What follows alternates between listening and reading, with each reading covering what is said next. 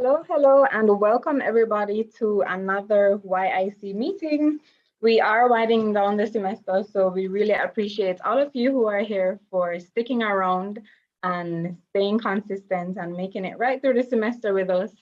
And we hope you've been enjoying the meeting so far. And we do have a very special meeting for you today. We will be chatting with Gordon Swaby, who, if you don't know, he's the CEO. Sorry about the background noise. He's the CEO and co-founder of EduFocal, which is the most recent IPO, now a fully publicly listed company. So that should be a very interesting conversation. If you have any questions for him, you will definitely want to stick around. So let's get right into it. And of course, we will be starting with 5 minutes with Eddie. Over to you, Jason. Thank you, Victoria. Greetings, everyone. I think today I should share my whole screen because there's stuff on the browser I should share with you. So let us start with this. Great. Now, since we're going to be interviewing Gordon Swaby about EduFocal and stuff like that, I think it's only appropriate that we start off today looking into some stuff that they've been doing. They've been doing a lot of stuff. So Gordon Swaby's Twitter is a very good place to follow. As you can see, he has that coveted verified check mark, so he's serious. They had this deal with Supreme Ventures that was signed, and this was earlier this week, I believe, if not late last week. And yeah, it's pretty interesting that in places that they're going to be gambling and stuff, they're going to be selling things for children to go to school. I think there's this law in Mexico that actually says you can't have a school near a casino. So I don't know if we have anything near that in Jamaica, but you know, this isn't stopping EduFocal at all. And then they got this deal where they were taking over the assets of this US company. I think Matthew knows more than I do about that. You have anything to comment about this one? It's a potential growth area for them. Like a lot of companies said they're going to acquire something after they list. Not many of them do it. So I was actually really surprised to see EduFocal come and do this like a week after IPOing. So yeah, it's something that I guess we'll have to wait and see how good it is. Yeah, he was going over some of the stuff here, like he was saying some of the benefits. So, oh, we don't have to settle our USD obligations. We don't have to convert. We're repatriating USD to Jamaica. You know, a Jamaican edtech company acquiring this, and it was very sensational. When you look at, I'm not sure where Matthew got this from. That was the prospectus, or it was another statement? Yeah, their prospectus. Yeah, thanks. He sent me this one, and I was looking here at how crazy fluctuations in currency, like exchange rates, how much that can affect their assets, right? So if it is that this company isn't generating more US dollars, or at least just as many as their expenditure, then obviously they're going to have to change out Jamaican dollars or get those US dollars from somewhere else. So it's not like taking this at face value, I think, is the most appropriate, but it's interesting that it's a growth area and it's definitely something that they can fund their US expenditures with. So that's cool. Yeah, just to weigh in on it as well, I think it's very interesting how fast it happened because, you know, the IPO just happened and they're all about growth. But, you know, persons were kind of iffy about it, like, you know, COVID is done now, school is back in full swing, face-to-face school, that is. So yeah, I guess it's quite timely for them to back up their statement on growth and saying that, you know, there really is a lot in store for them. So I was actually surprised about it, the acquisition. So yeah. Well, as I'm sure Gordon will say later, EduFocal isn't a pet company. Yes, we are realizing that for sure. Yeah, the movement in the stock is crazy because it came out at $1 and like now it's moving toward 4. Where did they close today? Because we're at 3. Let me check where they closed today. Anybody knows? 360 something.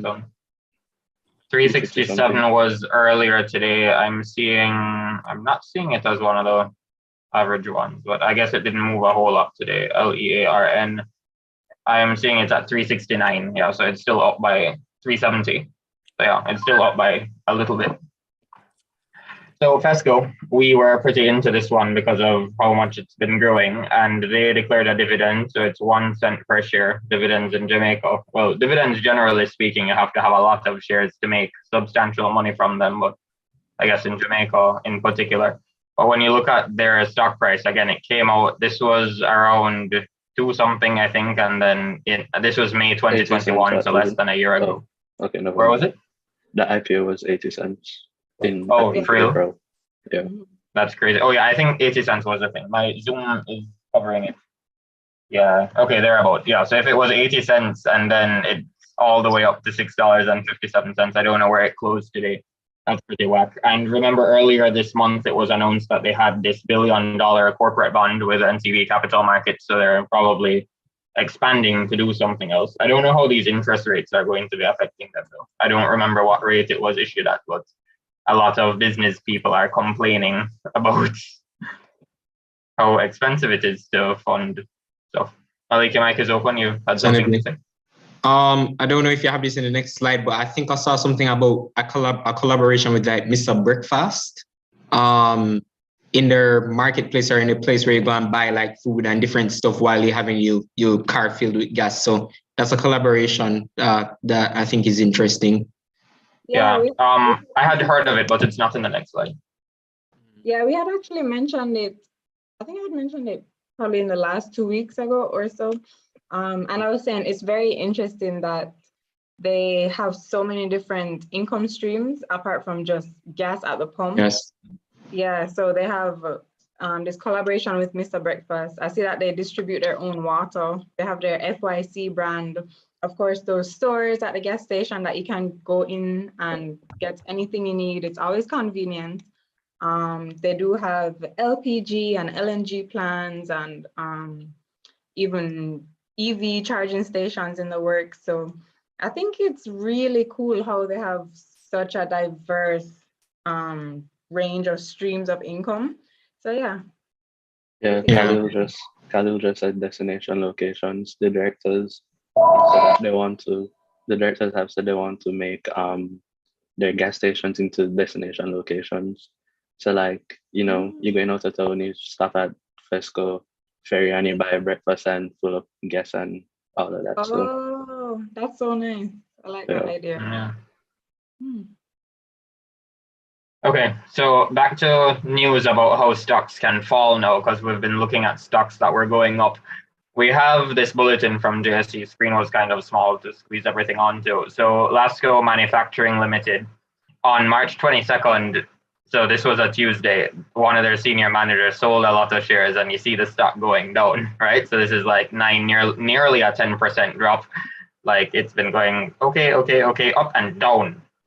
So it looked a lot more exaggerated when you look at it for a week. The JSE website, the shortest time frame it shows you is a month. But if you looked in the JSA app for the week, you see it go up and down because it's so compressed.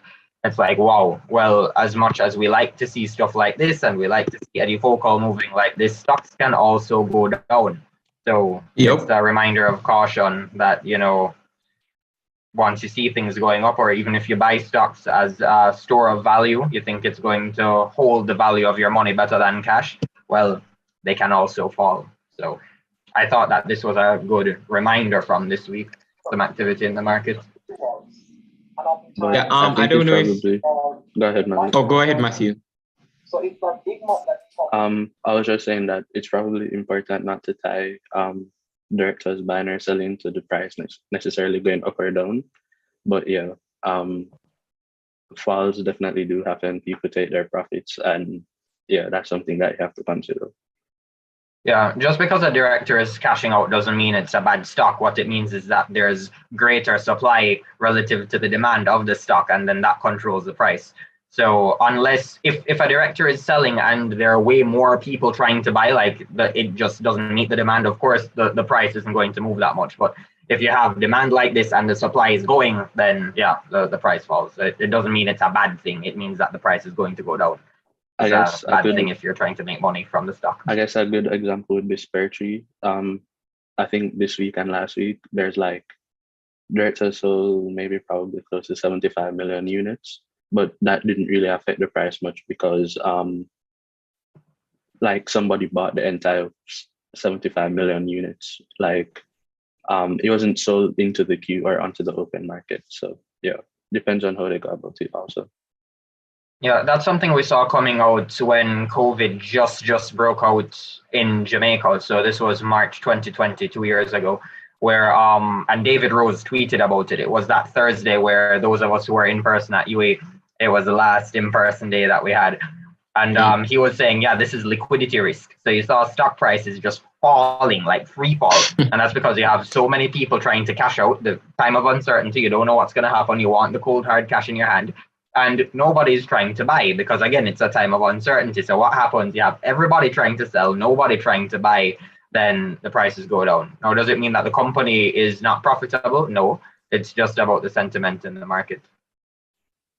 Yeah, and guys, the thing about it too is that it's really, to think like an investor means always looking for opportunities. So if a stock that you really like goes down, you could either look at it like, oh no, this is so disappointing, what's happening, I'm losing money. Or you could look at it like, hey, this is a great opportunity to get a discount on a stock that I really like.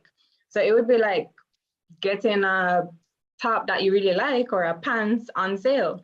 It's something that you really believe in, this company, and the price is going down, but it's important to check out why it's going down. And then if you believe that it's bound to go back up, then hey, it's a great buying opportunity. So you always kind of have to have that mindset to be looking for opportunities and always analyzing what's happening. So yeah. Speaking of stocks quickly though, I'm not sure if Jason has the situation with JetCon in the slides, but I saw something yesterday quickly about JetCon where they had to come and correct some numbers from a report, and the numbers were really off to the point where they're making a loss that ran into like millions of dollars. And yeah, it was very disturbing. So, and I think their stock fell today. Like, I don't know, did it halt down today? Matthew, Victoria? I think it did, yeah. oh wow. Yeah, so the correct wait, go ahead. The correct thing was the loss or not a loss? That, I think it was a deep loss. I saw it quickly, but like, yeah. So that's whack. What I found interesting was the fact that they actually released like the amended results months ago, but everyone is just taking note of it now because they like they corrected it, but they didn't necessarily say that they corrected it. They put out like the revised statements, but then they put out something again yesterday. So it's like not new news, but everyone's just learning about it. So I found that interesting. No one seemed to care when they first corrected it. I wonder what that says. I heard that like where in the US you have persons being very reactive to the stock markets, like consistently. In Jamaica, it's either like too much or too little. But that was just the person's observation. You know, if you agree or disagree, that's up to you. Moving on, we have stuff to cover. So KLE, that's the operator of the Tracks and Records restaurants. They had some serious losses since the pandemic. So they're partnering with Sagicor and setting up these luxury residences in St. Mary. That's pretty cool. Matthew had sent it to me. I don't know if you want to say anything more about that or. Oh, I don't know much about KLE, so I wouldn't be able to. Okay. Yeah, I just think it's cool that they're going into real estate when they were in the business of, what would you say, like restaurants and entertainment before. So I guess they're trying to diversify. But what's really interesting about this is with Sagicor, there is more news that NCB chose Sagicor over Guardian for their group health policies. Now, Guardian is a subsidiary of NCB. And I heard about this before and I was wondering, like, why is that the case? And you see the commentary from NCB, oh, price is accordingly an important factor for both NCB and their employees. So a company that you guys run cannot achieve the cost thing and you guys have economies of scale. And I think this is where you're going into diseconomies of scale. I strongly believe NCB is too big for its own good. And this is just my opinion. I'm not giving investment advice, obviously, here, but yeah, once you get too big, it's like too much bureaucracy and things can't get done and you have a lot of money wasted because you can't measure the output of somebody. Like if you hire somebody to, I don't know, make clothes, and then one person makes 10 shirts a day and one person makes 5. Obviously, one is more productive than the other. But if you have a manager, how are you going to measure a manager's performance, right? Because they're managing people. So maybe the people are more productive or not, and the manager is fine. You don't know. So when you get so many layers between the top and the bottom, then it's rough. And then you end up with foolishness like this, where you go to another company instead of your own for something that you guys provide. So what I found really interesting, I'm not sure if you have it like on the next slide, like from the same story, was the fact that an insider said that they suspect that the statutory rate was unprofitable. So maybe it was like a sort of chess move play by NCB to like make their competitor lose money. I guess, who knows? See a message in the chat. That's Oh yeah. good. Oh, okay. Yeah, it's pretty But whack. yeah, It's pretty whack. I definitely agree with you, Jason, that this economies of scale is a major problem plaguing NCB, because I mean, even just every day, even if you look in the YIC group chat from time to time, people complain about NCB and not getting good customer service and all kind of problems. And it's just like, you're so big that you're missing the little things that really, really matter, like responding to your clients. I mean, yeah, and you get so caught up on the little things, right? So like, for example, I'm trying to get this credit card renewal sorted out right now, and you know, this is a card that I didn't have for a long time. So the CVV, that secret number on the back, I don't have that. Like, that was years ago. So when I'm trying to activate it, the previous one, it's asking me for the previous one, and I don't have that. So then I call and they say that they're going to talk to the tech team, and it's sorted out between 24 and 48 hours, right? So then I call back after that time has passed to check what's happening. And then they're filing a new report and a new report and a new report, because the people who answer the phone have no incentive to sort out my credit card. They have an incentive to be seen talking on the phone and to have emails coming from their address to look like they're doing work so that they can get paid.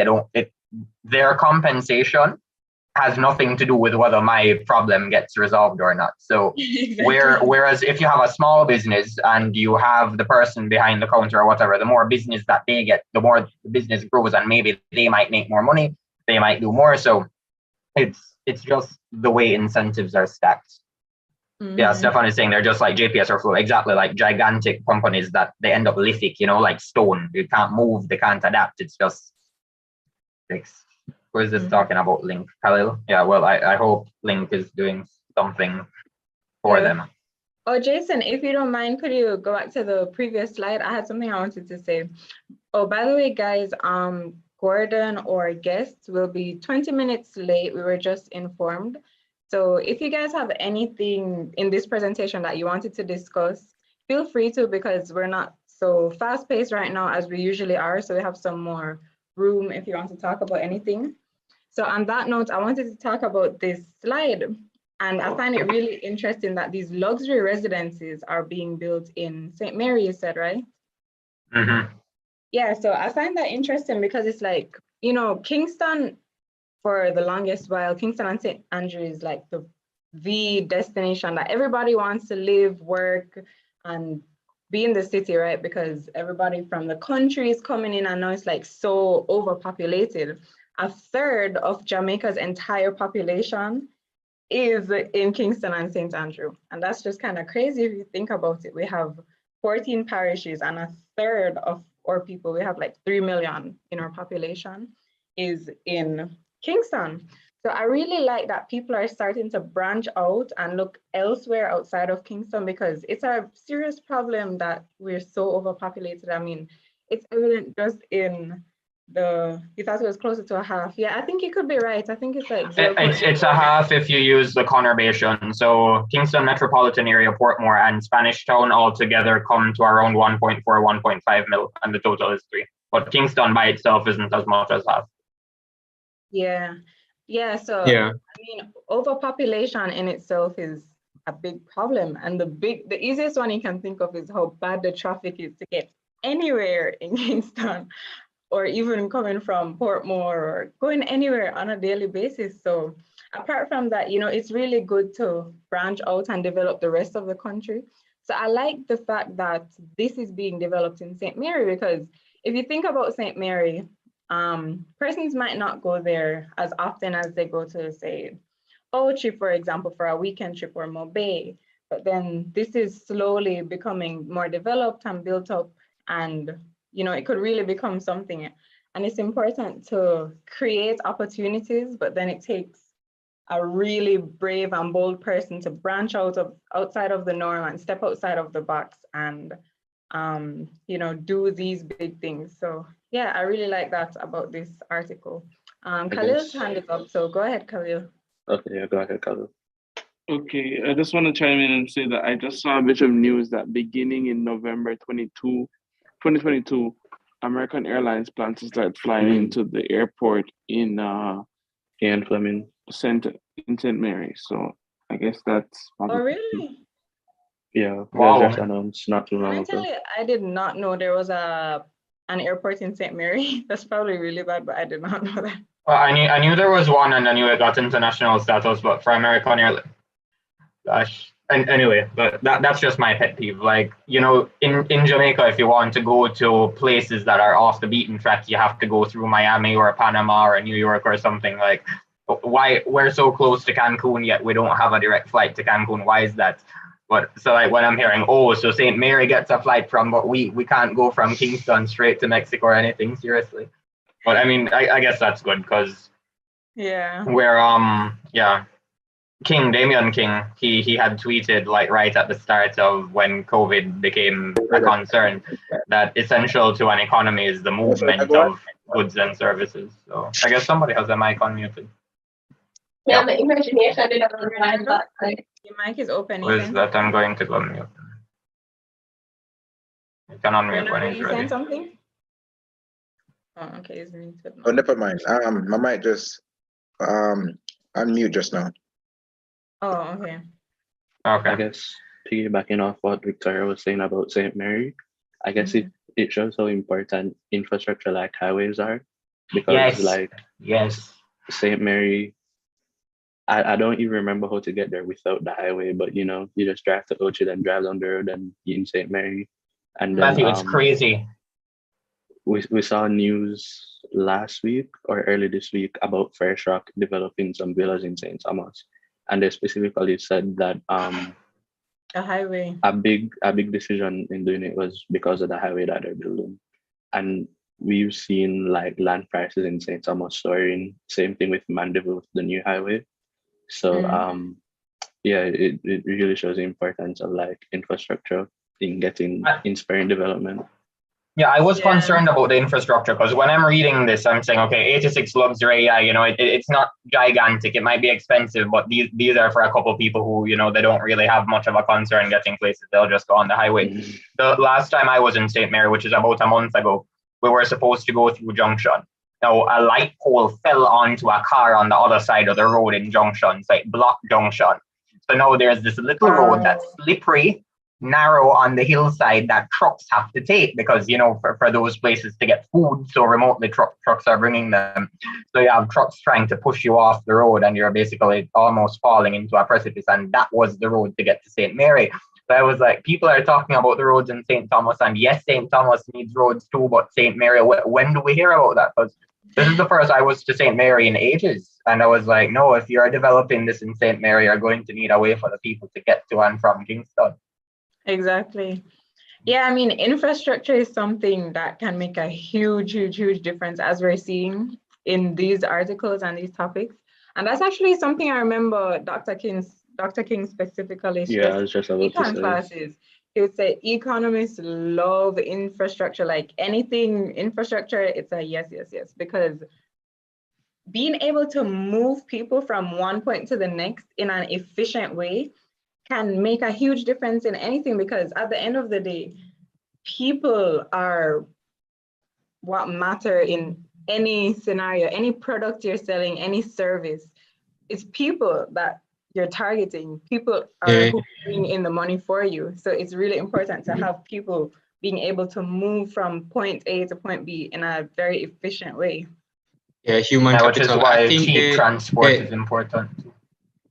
Yeah, they tend to say that roads and road networks and just different means of transportation are basically like the veins of a country. It helps to spur growth and development. So any country that doesn't have proper infrastructure for people to have ease of doing business, then it kind of goes hand in hand. They have to have it. So that's why we see a lot of development taking place in the South Coast Highway. I think they're building a highway from like St. Thomas through the southern parishes, and then they have some other developments in different parishes that need more development. So it comes hand in hand from looking at it that way.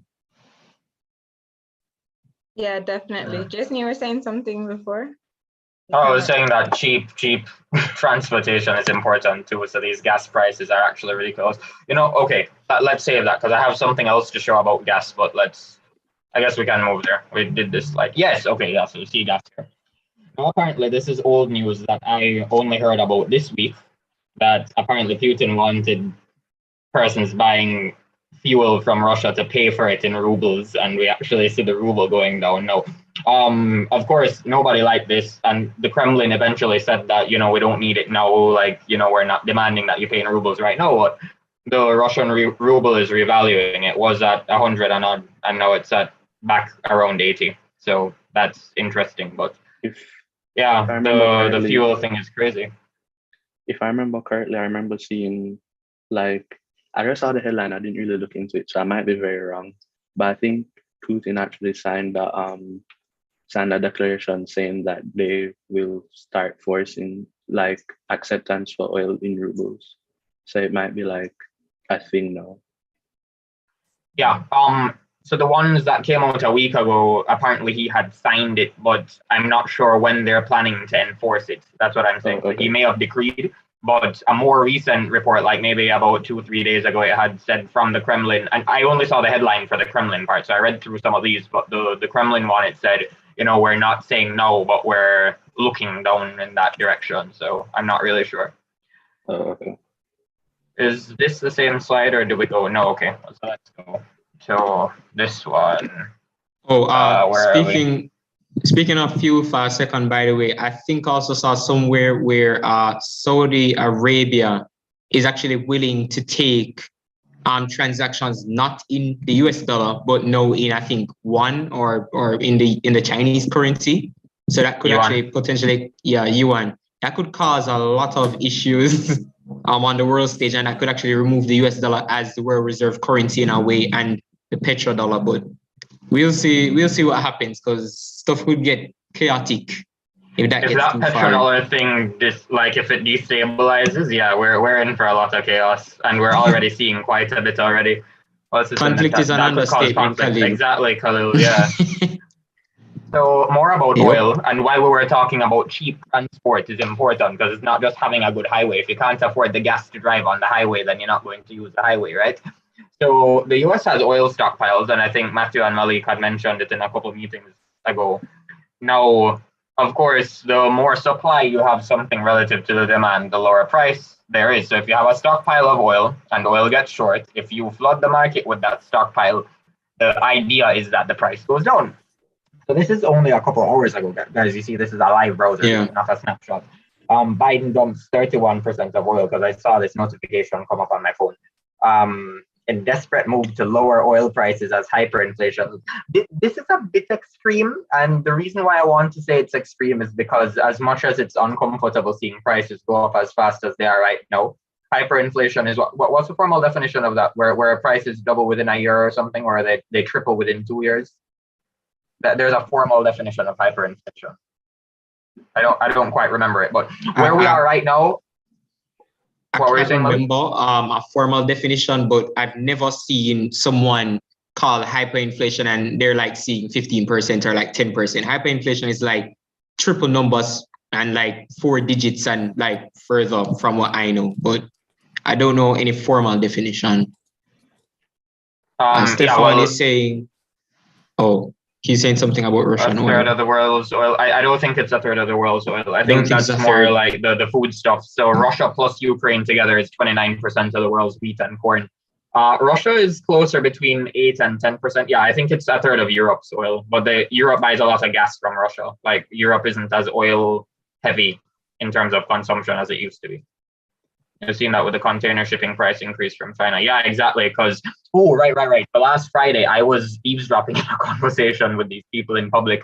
And there's this guy, and he imports containers from China. Like, that's what he does for a living. And he said that before COVID, it used to cost 2K USD to bring in a whole container from China. So, of course, you pack the container full of goods and charge people different stuff. And it reached like 16K, so from 2 to 16 to get things from China fairly recently. So that was crazy. And yeah, it's absolutely insane. So, but the China thing is more of a supply chain issue. It's not just the ports being locked down, and it's the truck drivers who need to unload the ports, and the US ports are very small. Like by international standards, US ports are tiny. So it's a lot of factors together. Yeah. Do you know if the LA port still has a huge backlog, or has it like eased up in like the last few weeks? I haven't heard any recent news on it, so I don't know. But back to oil, right? So this is totally separate from the oil issue. The supply chain issue is different from the oil issue. And the oil issue is that apparently it's getting so dire right now that the US is dumping their supply of oil into the market, because it's actually crazy. Crude oil has been pretty stable though in the past week. Like it was fluctuating in the low 100s. It wasn't like passing 110 that much. So I don't know what this is. I don't know what the market is medsing with that, but it's been steadily above 100, like maybe 103, 104 lately.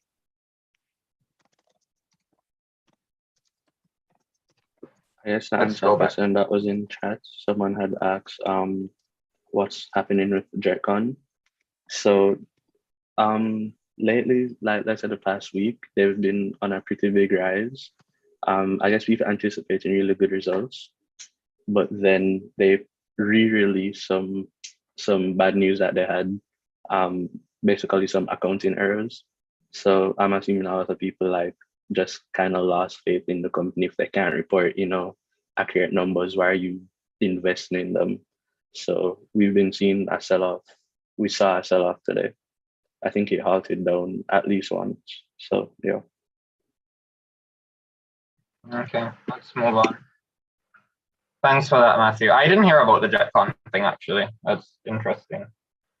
Okay, so talking about this inflation thing, so we look at supply chain, we look at oil, we look at things that are done to combat inflation, and one of these is raising interest rates. So in Chile, which is considered the most developed country in Latin America, their interest rates are up to 7% from 5.5. So like just like that 150 basis points, that's pretty intense. And I see it as a signal like, well, stuff are getting crazy, because at petrodollar, right?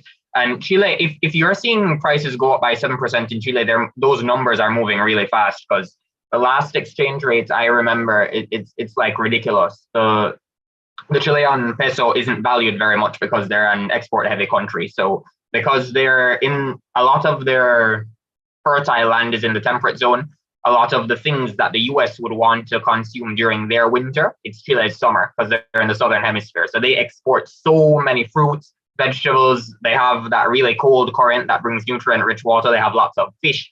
Lots of food for the northern hemisphere comes from Chile. So they export a lot, and their currency is like pretty low as a result, because it makes it incentive.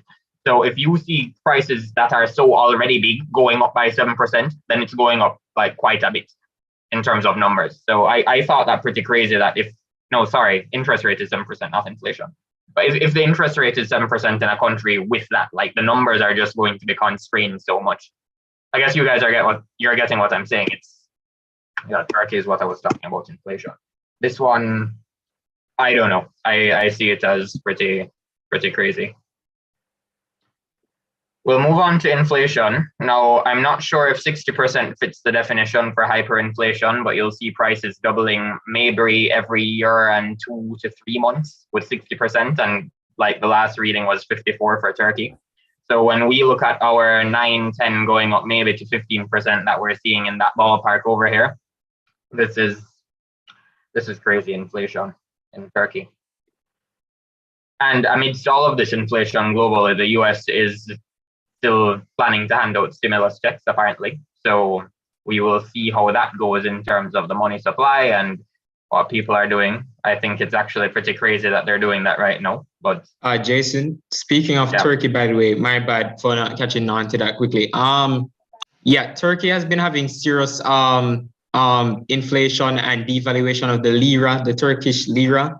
And the prime minister over there, for some reason, he feels that he knows more about monetary policy than actual professionals. And, you know, to do with inflation, one of the major things that central banks do is they increase interest rates so they can slow down inflation, maybe to help with the situation. But unfortunately, one of the reasons why inflation has continued to roar on in Turkey is because instead of increasing interest rates, the prime minister has ordered all of the governors of his central bank pretty much to cut interest rates even more. I don't know why he's doing that, and everybody who goes against him, he files. So I think that just shows the importance between the separation of the central government and also the central bank. It just shows that that's very important. So yeah. They've had a long history of fiscal indiscipline. I mean, why they had the inflation problem in the first place was because they were running such a big current account deficit. And I'm like, well, you have that history and you know how badly the country was doing and you saw how it was getting better. Because for them, a 13% inflation rate is amazing, right? Like that's a break by their standard. And then you go and do that. But anyway, that's some of the stuff that are happening in the world. So I think we have spoken enough today. Thank you everyone for your input and attention. So I'll turn over to Malik to talk about the stock market game really quickly and then we can move on. Yeah, thanks so much for your presentation, Jason. Okay, Malik, you can go ahead. While you share your screen though, I'm just gonna remind you guys, we are coming to the end of the semester and you know we'll be handing over to a new exec. We have some really good candidates in store. We're still in the process of building our exec, but by next week you guys will get to meet them. But in the meantime, if you guys really want to join the exec for next semester, here is the link. This is your last opportunity to apply. We have a pretty good selection so far, so last chance to apply. Okay, over to Malik to speak about our stock market game that we've had for you guys running all semester long, all year long actually. So over to you, Malik, and then to our English guest speaker. Yeah, very quickly, guys. Could you guys just allow me to share my screen quickly so I could just show the, Yeah, definitely. Yep. All right, there you go. Okay, thanks, Victoria.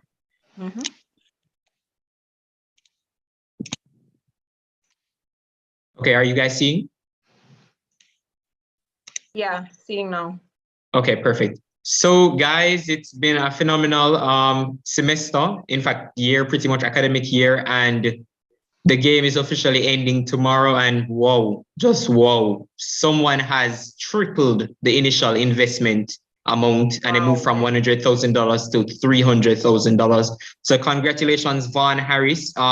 We're gonna be telling you what you're gonna get once the game closes officially tomorrow. And you'll know next meeting and you'll receive it next meeting. Malik Barnett, good job. Sean Davidson, I see you in the comment section, good job. And everyone else who participated, big up yourselves. And yeah, pretty much that's it. You can clap yourselves, guys. Well done. That is amazing. Congrats to everybody who even joined this game at all. I think it's so cool to get the opportunity to invest virtually before you go in with your real money. It's a great opportunity, guys. Alia in the chat saying she feels so proud.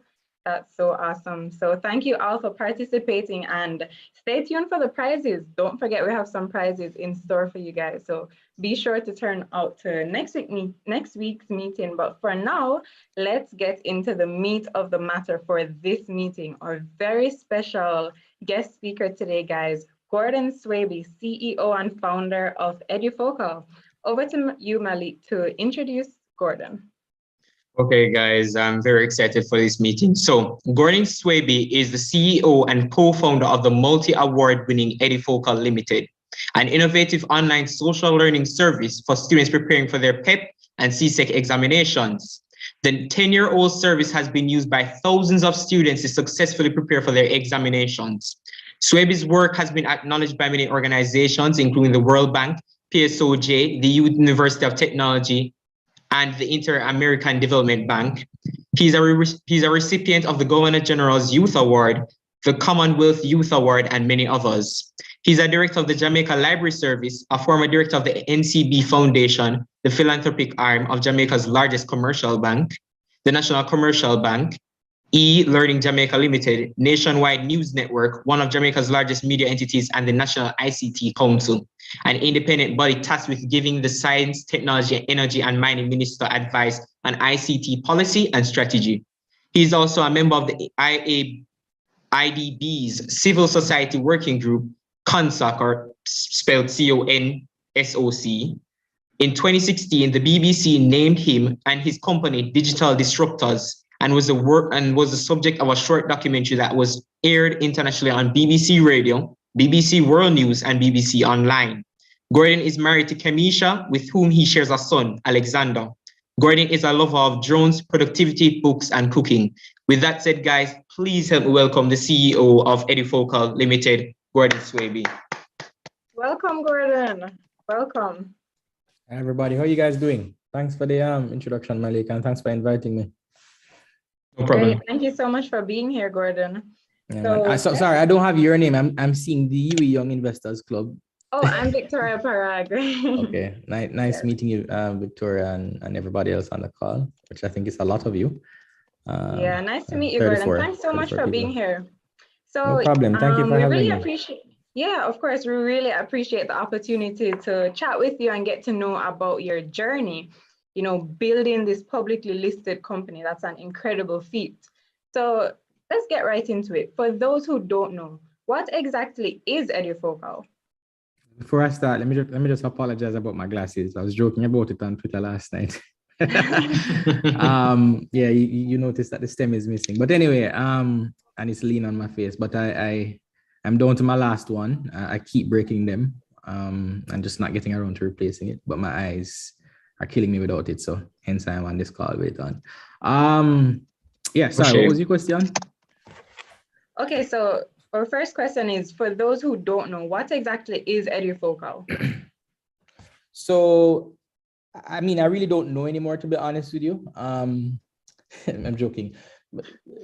So I did a radio interview yesterday, and I was actually articulating what EduFocal was. And it was in that moment that I was trying to kind of figure out how to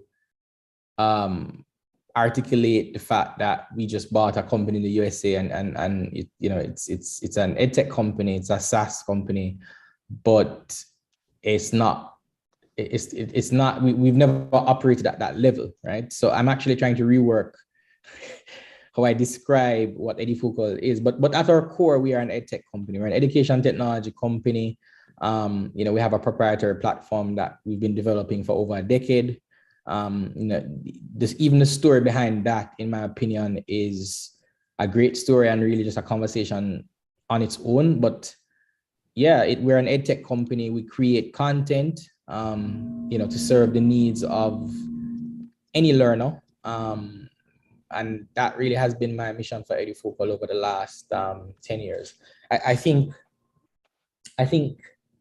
what we do is novel, but it's not novel globally, it's novel within the context of Jamaica and the Caribbean. And I'll explain what I mean by that.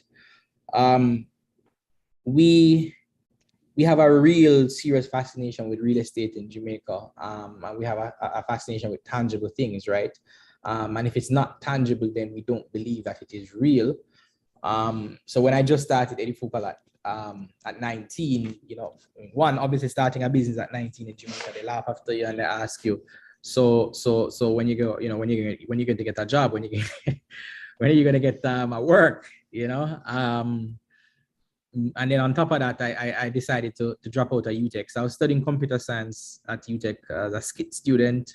I was really struggling, and you know, had a conversation with my father one day about taking time off, and that time off turned into me not going back. But yeah, it's been a great journey, and yeah, we're an edtech company. Really is what we're at our core. Wow, Okay, so speaking of journey, Gordon, can you tell us a little bit more around starting EduFocal and what was the inspiration behind starting it? I wanted to be rich. Yeah, no, I mean, I'm trying to give you a deep philosophical, honest answer. Money is very important, right? I like the life that I have.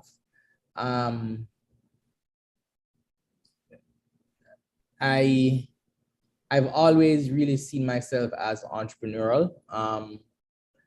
And I don't know, I mean, both my parents are entrepreneurs, right? I'm not from Kingston, I'm from country, I'm from Christiana. I saw my parents just being entrepreneurial all my life. I thought that's just what everybody did. I didn't know that there was a name attached to it or a description around it. I just thought that's what everybody did by default, as naive as it may sound. But I've always wanted to be able to create value at scale. And what I mean by that is I never wanted to do something that could not impact the lives of people at scale. And I think that has been my philosophy generally in life. And it is very important to have a philosophy around what you do, why you do. Otherwise, you're just like a leaf blowing in the wind, going all over the place, doing different things. And if you really think about it, I started EduFocal, officially registered the company November 19, 2010. That was the day after I turned 19, and I've been doing it ever since. So we're officially 10 years old, but it's more like 12 years, right?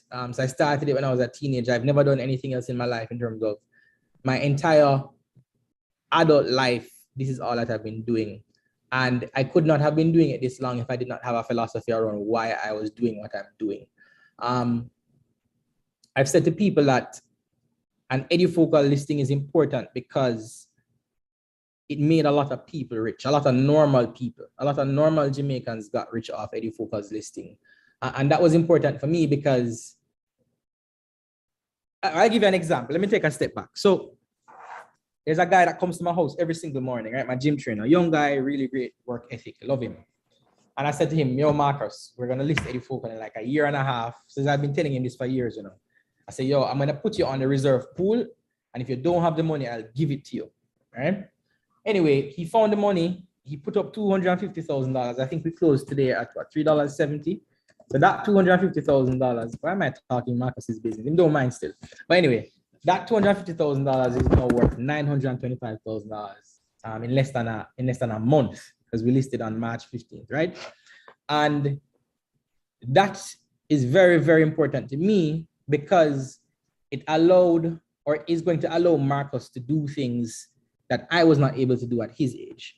But not only that, I remember not being taken seriously at his age and not being treated with respect, even though I had a vision, wanting to do something bigger than myself and not being taken seriously by the powers that be.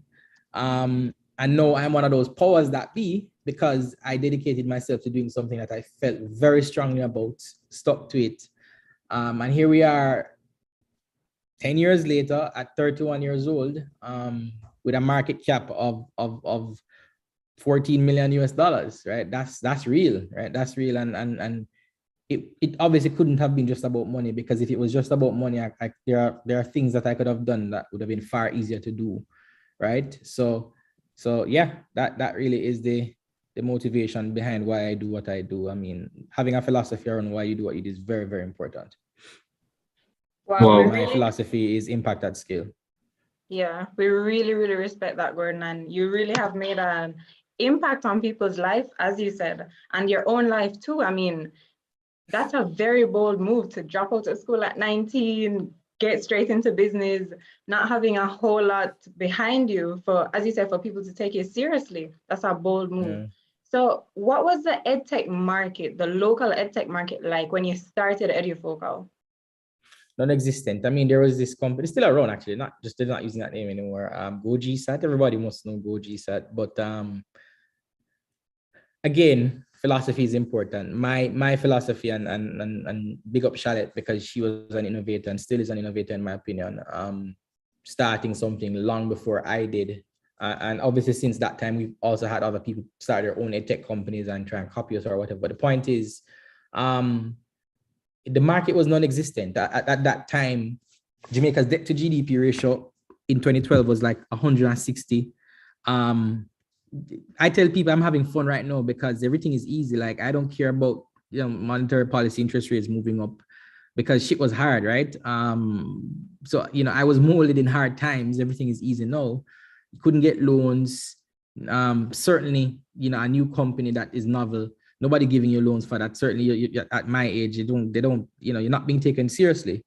But, you know, it was a different time. It was a dark time. Claro was around. We were just kind of getting out of the 56 kbps age. Certainly, there was no Zoom. We couldn't be on this call right now with 30 odd people having on their cameras. I mean, listen, I mean, we're spoiled as far as I'm concerned right now. Like, now is the best time to start a business, to be entrepreneurial, but you have to appreciate history and understand context.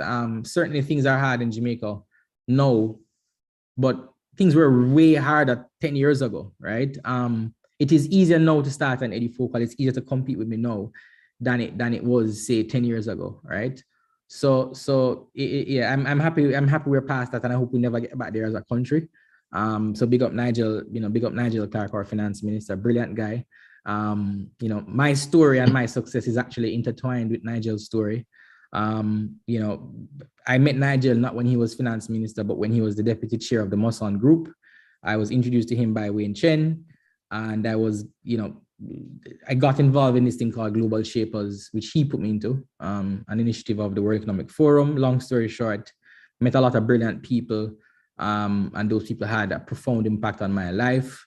And, it's just the bits and pieces that come together over the years, different people that you meet who really impact your life in profound ways. I mean, so just jumping into this chat earlier, hearing you guys talking about, talking about inflation and, it's super impressive. I made me want to be back in school again. And I'm not an economist, by the way. Really, I'm a university dropout.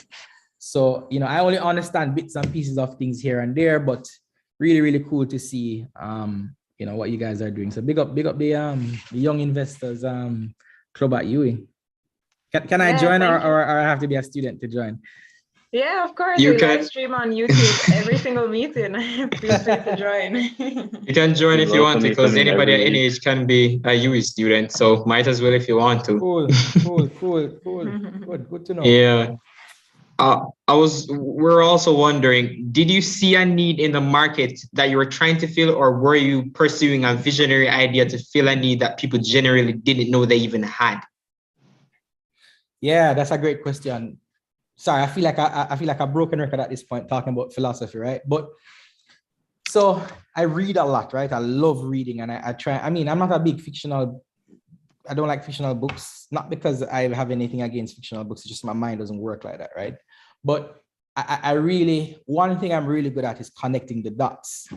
I'm also really good at marketing and sales. So it just so happens that I'm good at a couple of things that paired together can have, substantial impact.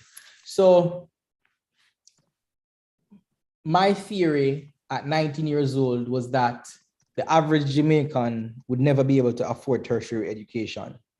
If you have 20 or 30,000 secondary students leaving fifth form each year, and 20% or 30% of them, 20 or 30% of them not being able to read and write, with a GDP per capita of $4,000 or $5,000, you're in a predicament, because they'll never be able to afford it. They'll never qualify for SLB because they're never going to get the 2 references. And the days of Michael Manley and free tertiary education are over and never coming back. Free in quotes, because it was never really free, obviously, right? Somebody was paying for it. But my point is, from 2012, I believe that the future of Jamaica and educating our people was never going to happen through tertiary education. In fact, I believe that tertiary education and its structure is quickly becoming irrelevant. It's too expensive. Your average university graduate is getting like $120,000 a month. So they're not seeing the ROI, certainly not in the time that they want, and then inflation is beating them bad, right? So it's just not a sustainable model. Mona School of Business is profitable, doing well, but UE generally is struggling. But it's not just a UE thing, right? It's all tertiary institutions. And chances are the government is not going to be subsidizing university education for much longer. I mean, the writing is on the wall, but I believe that there's an alternative path. What is important is not the degree that you get at the end. What is important is the knowledge that you receive. Now, knowledge has been democratized, right? You can get knowledge online. Me talking to you guys right now is an exchange of knowledge, right? So if it is out there and widely available, what is the value proposition? The value proposition can't be the knowledge. The value proposition must be where the knowledge is coming from, right? So where the knowledge is coming from speaks to the authority on the subject, right? And how it is delivered, right? How it is packaged. So we've now moved away from the information age, and we've now moved into what I call, we're now taking all the knowledge that we have and curating it, right? Which is why you hear people talk about silos, you know, so it's confirmation bias. People kind of go into the circles that agree with what they're saying, even if what is being said is bullshit. So I saw that a long time ago. In fact, I've been on Twitter since I was 16 years old, right? And I'm now 31. I joined Twitter when I was 16. And there are tweets on my profile right now about me talking about these very things that I'm saying on this call from like back then. Turns out I was right. And it turns out that the model that we have, that I'm still developing, that we're developing, in my view, is a pathway to democratizing education, but not only education, but allowing people to earn after receiving knowledge that is valuable. So if you look at the growth industries in Jamaica, manufacturing, construction, BPO is a category by its own. BPO alone is taking up most of our labor, right? So the question is, yeah, Mike, I'm going to look at the stats all out there, right? So the question is, how can we position our workforce for these opportunities? And I'm not talking about opportunities at the executive or even the medium level. I'm talking about low skill labor, right? Cashiers, pump attendants, etc., etc. How can we being Jamaica, or we EduFocal, a company, or anybody else, because I'm sharing this openly, it's a free opportunity.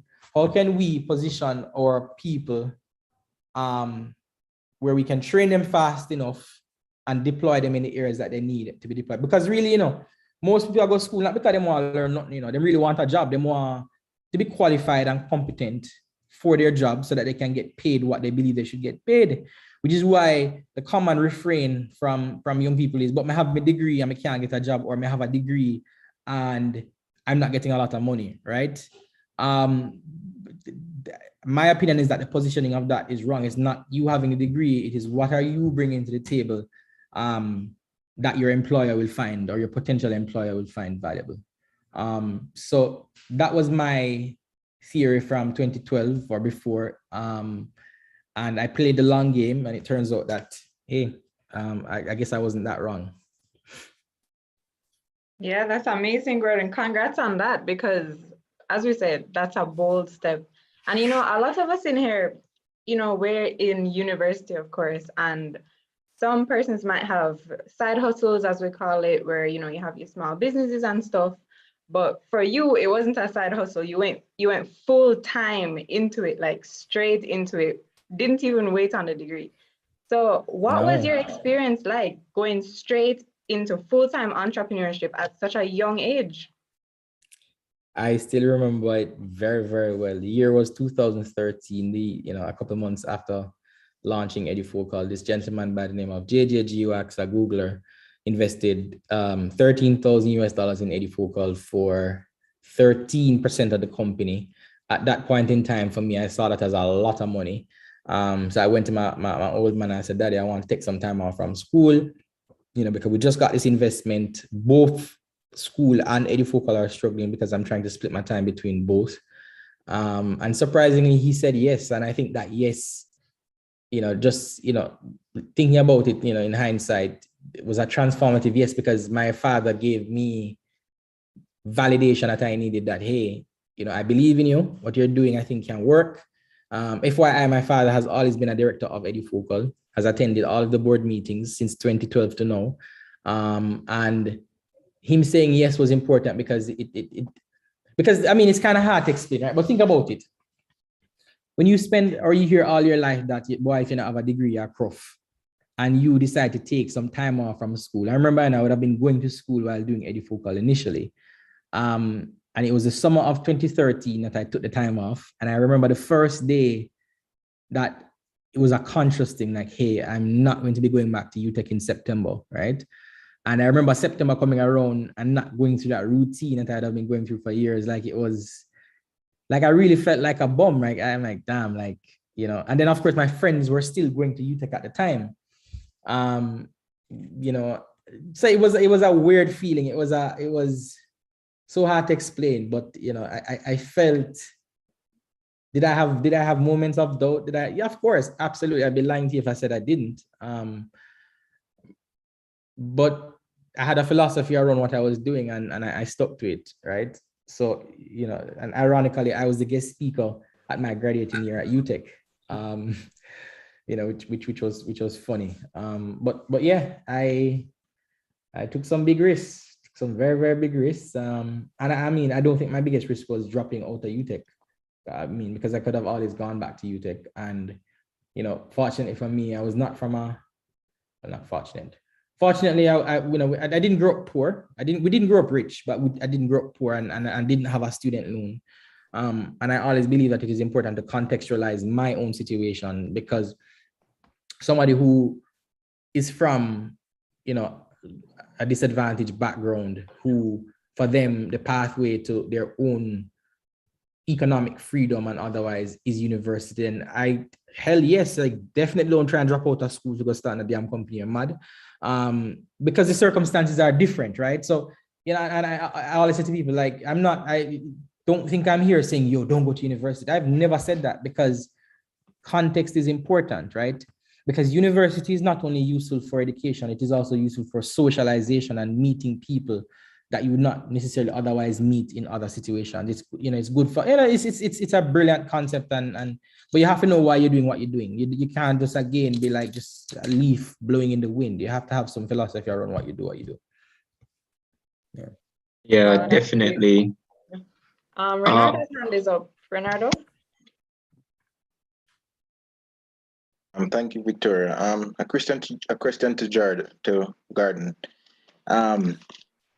You mentioned that you weren't from such a poor background, but more than likely you were from like a disadvantaged background, given the fact that you come from Christiana. Going into Kingston, how was it for you, like, financing your business idea? I know you said that you got $13,000 offer from a US-based individual. But otherwise, how was it for you financing your business idea and finding the right people in Kingston to, like, have that much trust in the idea and working with you and around you? It's a great question. So I was never disadvantaged at all.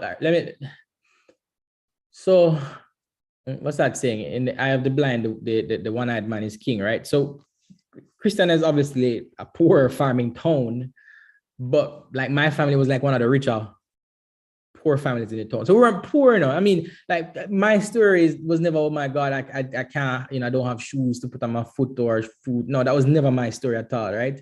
But when you're around people who are poor and you're doing okay, then obviously, you know, you think you're rich, you know. But then I came to Kingston. I moved to Kingston for school, and you know, when I moved to Kingston for school, I was living at 10 Tucker Avenue. 10 Tucker Avenue is on Mountain View. It's in Mountain View. It's kind of like right at the stoplight there. If you get United in the stadium, is like right by where Alhambra Inn is. I think my parents were paying like 10 grand or something for it, and that's all they could afford. Like, and it was a very small space, right? Now, I know that my parents always wanted the best for their kids. So they wouldn't have put me there if they could afford better. That's all they could afford. No, this was before Highway 2000, by the way. So when you're coming to Kingston from Christiana, you know, like, it's a far drive. You're talking about some like 2 hours drive, some 2.5 hours. It's a long drive. So, you know, you only come Kingston, you need to come Kingston. So I obviously didn't know Kingston that well. So when I finally moved to Kingston for UTech, that fine September 2008,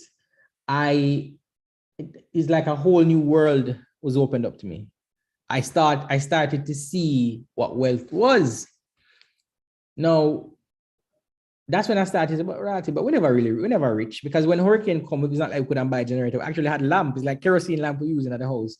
And the same house that I was growing up in, it was never finished. Like it was never finished ever, right? But again, when everybody around you is poor and you have a house and them not have no house, even if the house not finished, you think your thing shot, you think you're rich. And again, everything is context, right? So move to Kingston, then you start travel, right? And then you come places like Miami and like, whoa, wait, hold on. But Kingston not nothing. Kingston not rich. Miami rich, right? So again, everything is perspective. When JJ invested in EduFocal, I mean, I don't know. Again, I got introduced to JJ through Julian Robinson, right? Who's Julian J on Twitter, who's a politician, right? I built my network in Jamaica through Twitter, believe it or not. Most of the folks I know who are powerful people in society are not people that I went to school with. I didn't know their kids, none of that stuff. I came to Kingston. In fact, when I came to Kingston, I didn't know where UTech was. Actually didn't know where to find the schools. I remember the first day I walked out of Tucker, walking around asking people, where can I find UTech? And I mean, of course, I wasn't driving or anything like that, public transport where I talk about. So I really didn't know where the school was, just to kind of give you context. It was a scary experience. Youth, you come from country and really no town like that. But I had a path to networking, and I realized that joining professional organizations like PSOJ, anything that I could find that I could join, I was going to join that, right? And I joined them and I networked, and I had a strategy around how I would build my network. The strategy for building my network was staying very close to journalists, because when you're in the papers, you get validation, right? So there's a psychology around this thing, right? When you're in the papers, it is a source of trust. No matter how people want to glean and observe or whatever. When the average Jamaican takes up that newspaper and they read about you, it creates trust. I remember talking to people about things that I was doing and them not paying me no mind. But when it was in the papers, yo, Gordon, I was reading about this in the paper, man. Yeah, man, good job, good job. But I'm saying to myself, but it's the same thing I was talking to you about like 2 weeks ago. So, I started to have a deeper appreciation for the human psyche and psychology and how important it was. And I dug deep into that stuff. It was not by chance that we use purple and blue for our logo and all that stuff. Everything, I always tell people, everything that I do as best as I can is by design, right? I try and control what I can control. So networking for me, again, social media, joining professional organizations, and getting in the media, like getting in traditional media. So there's a rhyme or reason around everything. You know what I mean? It's slow but sure. Oh, so through all that networking and through all the different social media stuff, and just like being in the media in general, you said previously in an interview that you approached Peter Levy on Twitter, and now he's the chairman of EduFocal. What tips would you give us about effective networking in more detail? So, by the way, it's Levy, not Levy. So I still have, I dropped in his DMs. Actually, he dropped in my DMs, So I didn't even know who this Peter Levy guy was, by the way. Like, it was just early days at Twitter. I was following him, he was following me. I didn't do any research to figure out who this guy was. But I was finally got a car and I was driving on Hope Road, right in front of Andrews Memorial Hospital. I was in a minor car accident, and like any good millennial, I tweeted about it because it's my first car accident and I'm excited, right? Because back then, it's worse now, but you're oversharing. But anyway, so I traumatized, shared my first car accident on Twitter, and Peter DM'd me and is like, yo, sorry to hear what happened. I'm an insurance, I'm in insurance, just curious, about how this happened, and back and forth. I did my research on him and I realized that this gentleman was the managing director of BCIC, right? I'm like, whoa, cool. And then I started to pay more attention to his tweets. One day I messaged him and said, hey, we're launching this thing called EduFocal. We'd love if BCIC came on board as a sponsor. Sold him on the vision, right? And they said yes. And I think they gave us like $400,000 at the time. And if you adjust for inflation, that's probably like what, $700,000-800,000 now, I don't know. But he said yes, came to the event at the Pegasus. And that sponsorship money, by the way, paid for the event at the Pegasus. But I was also developing a relationship with Prudence Simpson, who I also met on Twitter, who was the manager at the Pegasus at the time. So I got a big discount. And then I also met another person, Marcia Forbes, on Twitter, Phase 3 Productions, who also sponsored the event. Long story short, Peter came to the event, was super impressed with what I communicated to him. After the launch of EduFocal, I messaged him and asked him if I could just, have a quick word with him at Cafe Blue at Sovereign. Went up to Sovereign and said, hey, can you be the chairman of EduFocal? And he's like, all right, sure. And yeah, the rest is history. Now Peter is this third largest shareholder in EduFocal. And I think his shares are worth, I think they're worth over $1 million US right now. So, I guess it worked out. I guess it worked out for him. Yeah, it worked out. Definitely. And yeah. But yeah, so I didn't know him before. And I know when I tell people this story and these stories, it sounds crazy, right? But I'm genuinely telling you the truth. That's how all of this stuff happened. I'm not leaving out any parts of it. That is literally how these things happen. Wow, that's amazing. It sounds like you really made some bold move, Gordons. We have to rate that. So what's the biggest tip that you'd give to persons creating a tech startup in Jamaica or a startup company at all?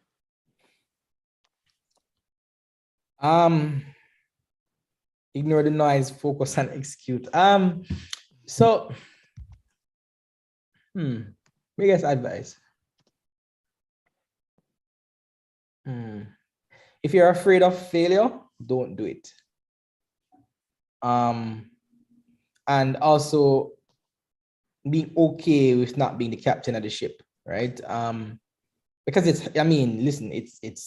hard. It's, every day is anxiety, every day is stress. It is really hard. And it never gets easier. You just get used to it, right?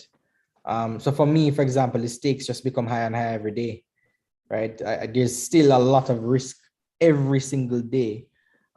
Anything can happen, and we're operating in abnormal times. I mean, it's crazy. Like, who could have predicted a COVID-19? I mean, damn. I still can't believe that shit. Like, it's crazy to me, right? It is crazy. I can't believe that happened. But no, yeah, life is full of uncertainties, but I was bold. I am bold. And I believed and still believe in what I'm doing.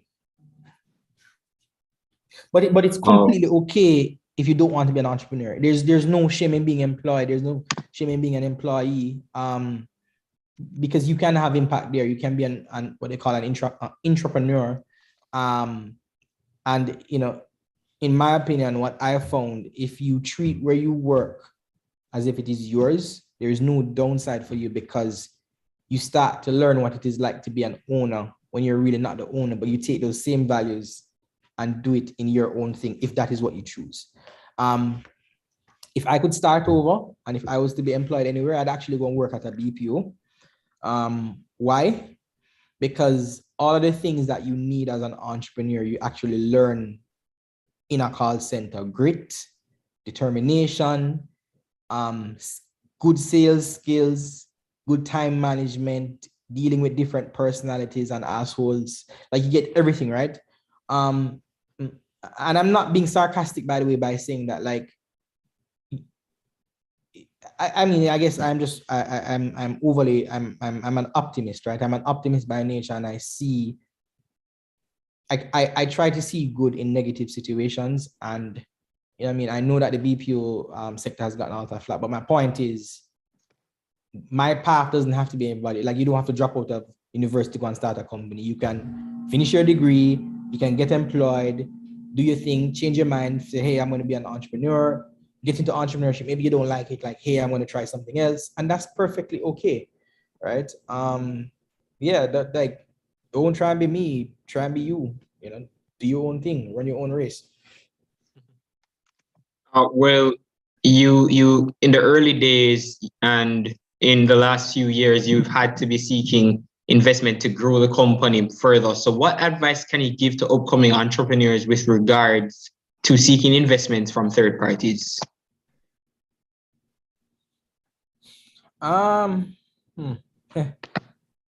It's a good question. And I wish there's some stories I wish I could tell that I won't tell.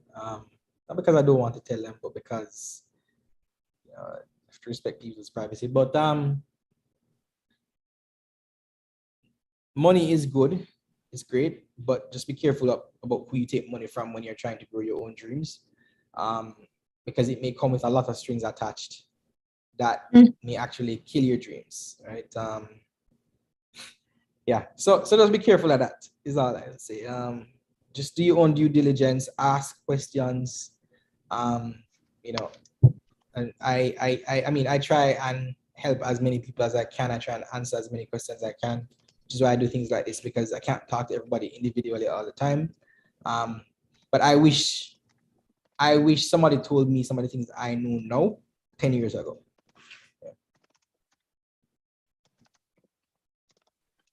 Okay. Well, we're really. I'm sorry if my response seemed cryptic, but. No.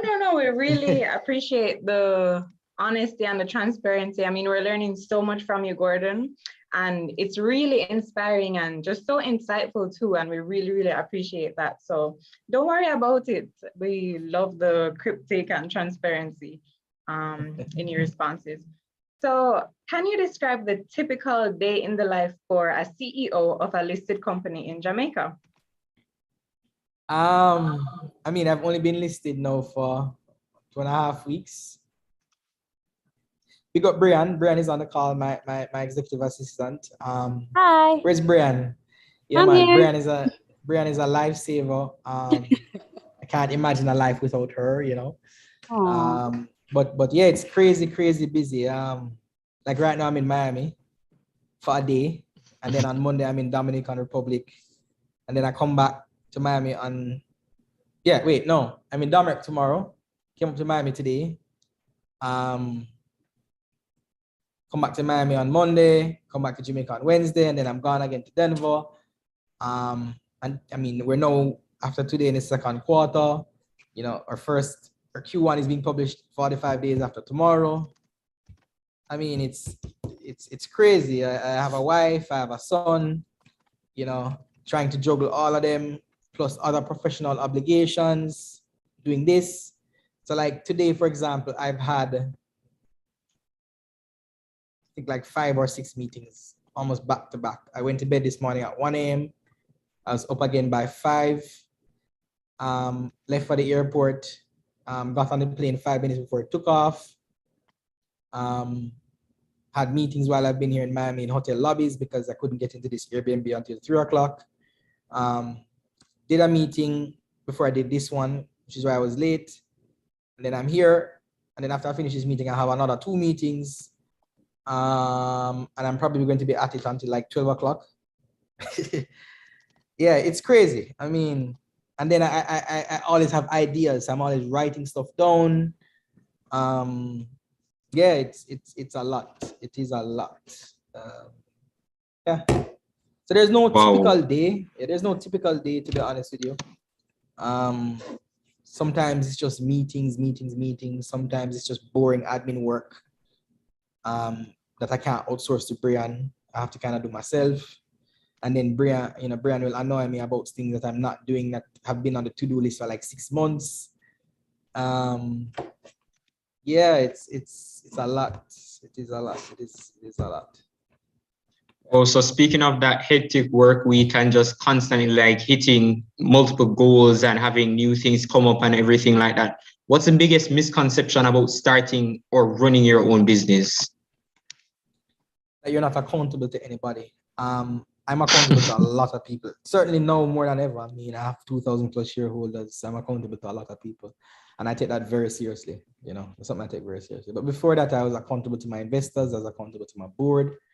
You know, everybody is accountable to somebody else. You know, there's never a world where you are free from obligations to others. You always have a responsibility to other people, at least in my opinion, anyway. Okay. So Gordon, I remember a couple minutes ago when we started, you were saying your journey, you had to really contextualize it in terms of dropping out of UTech, making that bold decision to go full-time after EduFocal, because doing both, they just neither were doing well. So you had to focus on one, right? Yeah. So some people in here have businesses on the side too and balancing school as well, but probably nothing as big as EduFocal. But what would your advice be to those persons who are trying to consider whether to focus on school or focus full-time on business? They're contemplating that. What would your advice be to them?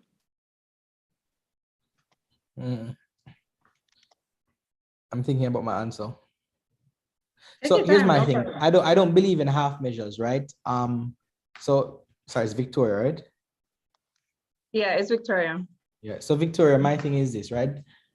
Like, I remember in the early days of EduFocal, you know, I was saying it to you before, I was saying it to everybody at the beginning of the call. People used to say, so how's that project that you're working on doing? How's that thing, right? And words are powerful, right? So, you're talking about, folks who are in here and they have side hustles. Firstly, I hate that word. I hate the word hustle because it at least in my opinion, communicates informality, a means to an end, haphazard, which may not necessarily be a bad thing, right? However, what you tell yourself, even if it's only in your head, is important because you have to be your biggest cheerleader, right? So for me, if you're doing something, if you're doing what you consider to be a business, take it seriously, no half measures. It's either you're in it or you're not in it, right? Because if you're 1 foot in, 1 foot out, you're just gonna always mentally be all over the place, right? So you have to take what you're doing seriously, even if other people aren't taking it seriously, right? Because it is the most important thing, the most valuable thing is time, your own time, right? You can always lose money and make money, but you can't get back time. Very true. It's not a hustle. See it as you're developing valuable skills that you can leverage in other parts of your life. You're meeting new people. So even everybody on this call, you're doing things that many people will never do. You are joining a network of like-minded individuals who will move on to do great things, join organizations, start their own. And you take it for granted now, but I can guarantee that in 5 years, 10 years, when you're scrolling through your phone, your Rolodex, and you say, yo, I went to school with this person, powerful thing. I was talking to Dashan Hendricks the other day, observer writer, and he was telling me how he went to school with the Cygnus guys, right? Like the man is laying like, yo, that's crazy. Like they went to school together, man, I eat, man, like it's just a great story. David Panton, who's in the JLP, I mean, a lot of people don't like the other guy, but he was roommates with Tom, what's the name of that US politician? Jesus, I think Paul Ryan, I believe. No, the Texas Senator, Ted Cruz. Yeah, Ted Cruz. Yes, Ted Cruz, okay. Senator of Texas. Yeah. He was roommates with Ted Cruz at I think Harvard, right? So my point is, I mean, those are very powerful things. It's not just a UE thing. I'm gonna go UE or I mean, like take what you're doing seriously. Take this moment, take your interaction seriously, and nurture your relationships, right? There's something that somebody said to me years ago that I'll never forget. Like it stands out in my mind. It was in Switzerland. Lake Geneva. The guy looked at me and he said, "Yo, Gordon," because it was a big conference and I felt a little overwhelmed because there were like a million people there, and I was trying to kind of network with everybody. And he's like, "Bro, go deep, not wide." And it resonated with me because it was in that moment, it was in that point in time, I realized I don't need to know everybody at this conference. I don't need to meet everybody or talk to everybody. I just need to meet who I need to meet and nurture genuine relationships with them. And those relationships have served me a lifetime, right? So yeah, that's my deep philosophical answer to your question. Wow, so you said earlier that the whole COVID situation was some scary stuff, and like it was basically none of us would have expected it to happen. So how did you manage to scale the business effectively during the COVID boom? So I still remember March 2020, when so it was like late February, early March, we started to hear about COVID, and so I think we had everybody started hearing like early in the year, but it's just a China thing, and I really take it serious. These things happen all the time. So I remember sitting with my team, and I'm like, guys, maybe one or two people, dead. No, like it's not gonna be a crazy thing. What do you mean? Like I didn't even know what the hell a pandemic was at the time. Yo, I was so wrong. This thing just blew up March. I think it was March. Our first COVID case was March 15th. I think 10. March 10th. Yeah, a couple of days before Edufocal's birthday or 9th anniversary. Wow. We didn't even celebrate the anniversary, right? Because we were getting into proper expansion mode. And we used to do a business with a lot of schools before COVID. So how we were growing out the business, we were hiring sales reps, investing in on-the-ground promotions, and schools closed their money.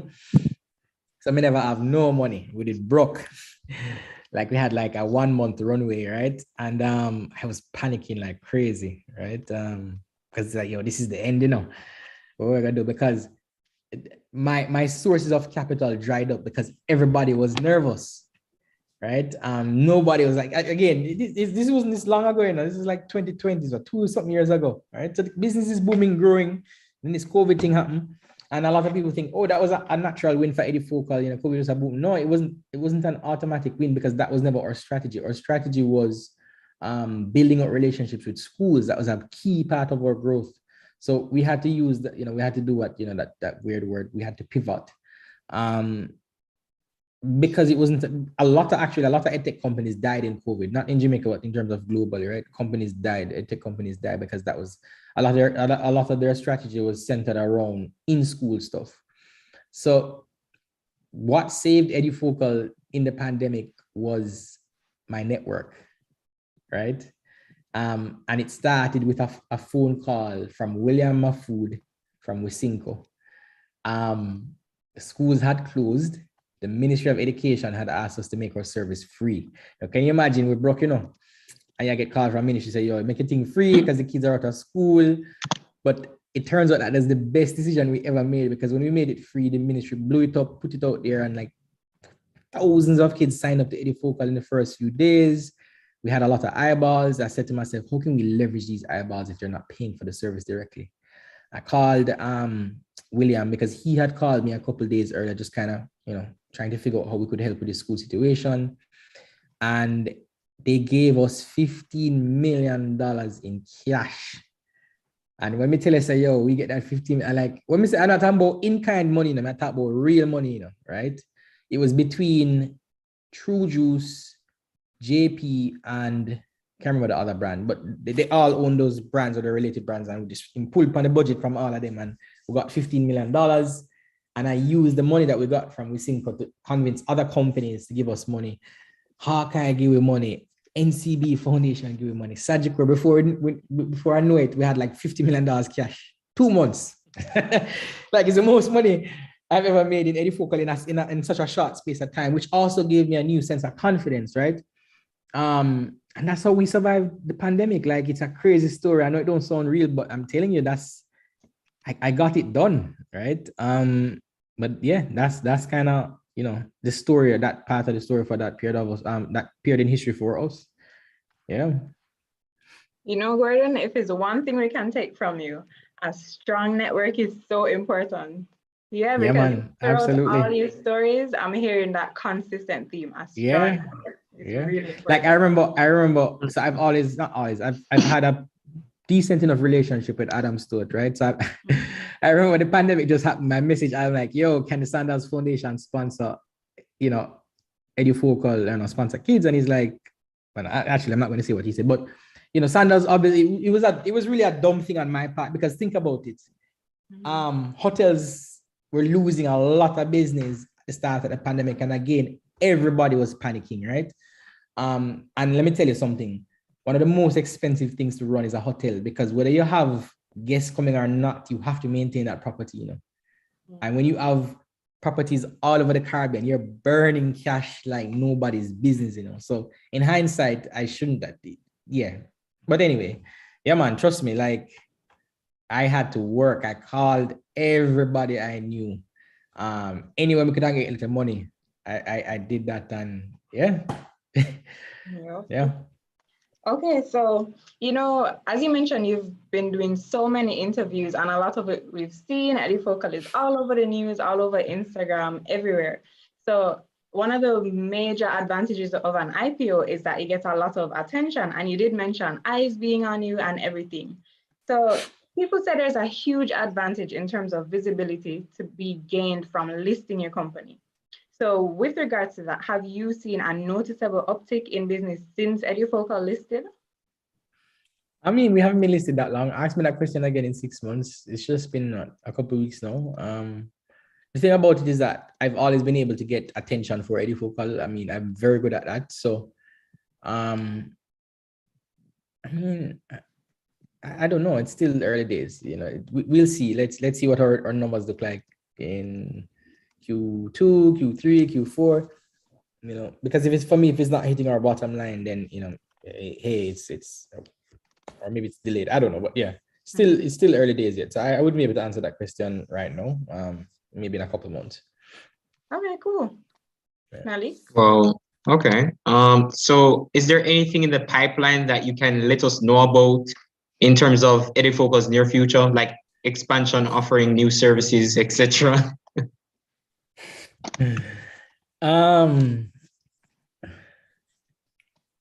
No, I can't. I mean, I can't survive prison. So you know, I do not want to get in trouble with the JSC. So yeah, I won't. I mean, we're always having exciting things coming. You know, just continue to buy the shares, man. Right answer, definitely. Well, speak to your licensed financial advisor before you buy shares in any company. I am not a licensed financial advisor, just an FYI and disclaimer. There you go. Vaughn, you have your hand up? What's up? Afternoon, Gordon. How has it been? Vaughn, how are you? Sorry, say that again. How has it been working with Mateberry? Very good. I mean, you know, I'm privileged to be able to get advice from the likes of a Chris Berry. I mean, I don't think people understand the scope of Mayberry in terms of, or more specifically, MJE. There is no industry, in my opinion, that Chris does not touch. Top 10 shareholder in Carib Cement, top 10 shareholder in CPJ, top 10 shareholder in EduFocal, top 10 shareholder in, I mean, it's ridiculous. So I'm saying that to say that when I talk to Chris, right, and we talk almost every day, there is, I'm trying to explain it as best as I can. It's very hard to find somebody who can straddle different industries in terms of mental space. Like you can, you know, comfortably talk about, you know, manufacturing or insurance or education or, you know, so when he tweets, and a lot of people see them give him a hard time about his tweets. And I don't agree with everything that Chris tweets, but that's not the point. It doesn't matter. But the point is, if he is saying something, it is probably because he has some insight. Because think about it, he would be getting a lot of information long before a lot of people, you know, see it, right? Simply by virtue of his, you know, position. But we definitely could not have had an IPO without the support of Mayberry, Chris Berry, and the rest of the Mayberry team. I mean, truly, I'm honored. You know, it feels good being a US millionaire, a multi-millionaire, and that would not be possible without Chris Berry. So big up Chris for turning me into a multi-millionaire. Wow, nice. All right, so That was one more question. Oh, okay, go ahead, Ron. How is Q1 results looking? Ah, boy, you look like you want me to get in trouble. You know, I'm excited about the future. I'm excited about Q1, Q2, Q3, Q4. I'm excited about every quarter. And depending on your goals as an investor. Yes, yeah, what's that saying? Today's price is not yesterday's price, not today's price. But I'm all in. I've not sold any EduFocal shares. I've been buying. But it's my company, right? So who better to buy than me? Who better to believe in the vision than me? So yeah, man. I when Q1 is out, Q1 is out, and I guess people can do their own analysis and make their own decisions once that happens. That's what you said. All right, go ahead, Bigo. All right, Vaughn, big up. All right, Gordon. So we took some questions from Instagram as well. Before the meeting, we had asked persons what they wanted to ask you. So a really good question that we found was, what is your outlook on building out a network of solutions for the LAC area? LAC being, sorry? Latin American and Caribbean. Oh, my bad. Brain tired. No worries. I mean, again, I'm just so excited. I mean, I don't think people understand the breadth and scope of an EduFocal. Truly and honestly, the JC, and I guess this may be hubris, right? But I really don't think that the JC has seen a company like EduFocal before. I'm genuinely excited, and again, I'm 31. I'm not going anywhere. Hopefully, knock on wood, that continue to have good health. But my best days, my best years are not behind me; they're ahead of me. Right? In 20 years, I'm just 51, and 20 years is a long time. So think about it. Right? We've been listed now for less than a month. What do you think an EduFocal in 2-3 years will look like? I mean, I am genuinely excited. I can't sleep at night. I just so many ideas, so many opportunities. We're hiring like crazy because there's just so many opportunities, right? So I'm excited. But I genuinely, guys, I don't want to oversell EduFocal. You really have to kind of know what your goals are. So EduFocal may not be a good fit for your portfolio right now. I know that people have been jumping in and out and making a bag of money. Some people will choose to hold. Some people will just, they make money in the margins. Anyway, but yeah, man, no, trust me. I'm personally excited, and there are opportunities in Latin America and the Caribbean, in the USA, obviously, as you've seen, with the news of our recent acquisition, but so much scope. Very excited. Very excited. Yeah. Speaking of new endeavors and opportunities, how big of a deal is the SVL charge up terminal deal, and how will it change EduFocal, or how do you think it will change EduFocal? So look at it this way. I think SVL contributes maybe close to 1% of Jamaica's GDP. SVL, yeah, man, they're massive. I don't think people understand how massive SVL is. SVL sees about 700,000 to 800,000 footfall on a daily basis. Like the foot traffic in all the SVL locations is massive. Like SVL, if you look at it, can be seen as a gambling company, but they're not. They're distribution. And if you see how SVL is positioning themselves recently, I mean, it's and I'm putting my money where my mouth is. I mean, I'm putting a bag of money in SVL. Again, I'm not saying anybody in here should put money in SVL. Speak to your licensed financial advisor. But I'm all in. I'm putting a bag of money. I'm putting millions in SVL, and I'm hoping that I will see some serious ROI in less than 2 years. Nice. Okay, so in one of the interviews I had watched, I remember you saying B2B to B2C is about 40-60, you said? So we were wondering, would you say EduFocal is likely to continue primarily being B2C, or do you think B2B is going to pick up a whole lot more? I think we'll probably get to a place where it's 50-50. There's like a good balance between the two. because we are undertaking a number of initiatives that, when I look at both sides of, whether it's B2B or B2C, both are, they have great prospects, right? And one generates more cash than the other in terms of, B2B, you don't get next day turnaround in terms of payment, but B2C, obviously, it's same time. So for me, the ideal situation is a 50-50, which I think we're getting close to. Yeah. Okay. Speaking of B2B, between 2020 and 2021, the number of users dropped by roughly 66%, but the revenue stayed the same. Is it safe to say that you did more B2B business? I'm gonna leave that question alone. Don't feel pressured. I'd say like, or our next couple of quarters will be interesting, and I think that a lot will be revealed. So let's see how it goes. Let's see how it goes. Definitely. But don't get too caught up in the ARPA stuff, man. Trust me. Look at the bigger picture. Definitely. Yeah. Okay, so as a follow-up to what Malik just asked, I know you said don't get too caught up in the ARPA, but does each employee on the B2B side count as a paid user, or does the individual company itself count as a paid user? In terms of my brain is tired. I wish I could answer that question, but like, I have to bust my brain to think about that. No, man. So no comment on that right now. Yeah, man. Don't feel pressure at all. It takes a lot of energy for real. Why would a company with an established training department already built out switch to EduFocal? Well, I guess another question to ask is how many companies actually have those departments? Exactly. Yeah. There you go.